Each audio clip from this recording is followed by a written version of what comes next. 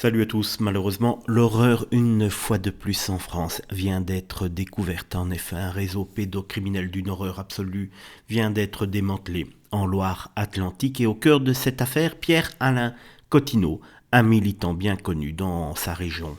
Cet homme qui se présentait comme un assistant familial engagé, défenseur des droits LGBT, candidat de la France insoumise en 2021, cachait en réalité un visage monstrueux. Derrière son image de militant progressiste et d'homme de confiance, il aurait orchestré un réseau criminel, pédocriminel, impliquant de très jeunes enfants, parfois âgés de seulement quelques mois. Les faits sont d'une violence inouïe.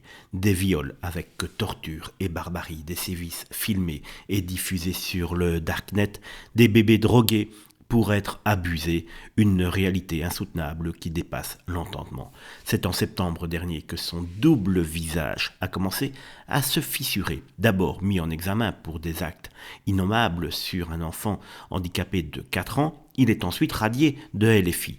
Mais ce n'est que le début. L'enquête va révéler qu'il ne s'agissait pas d'un acte isolé, mais bien d'un réseau organisé avec des complices en France et en Belgique.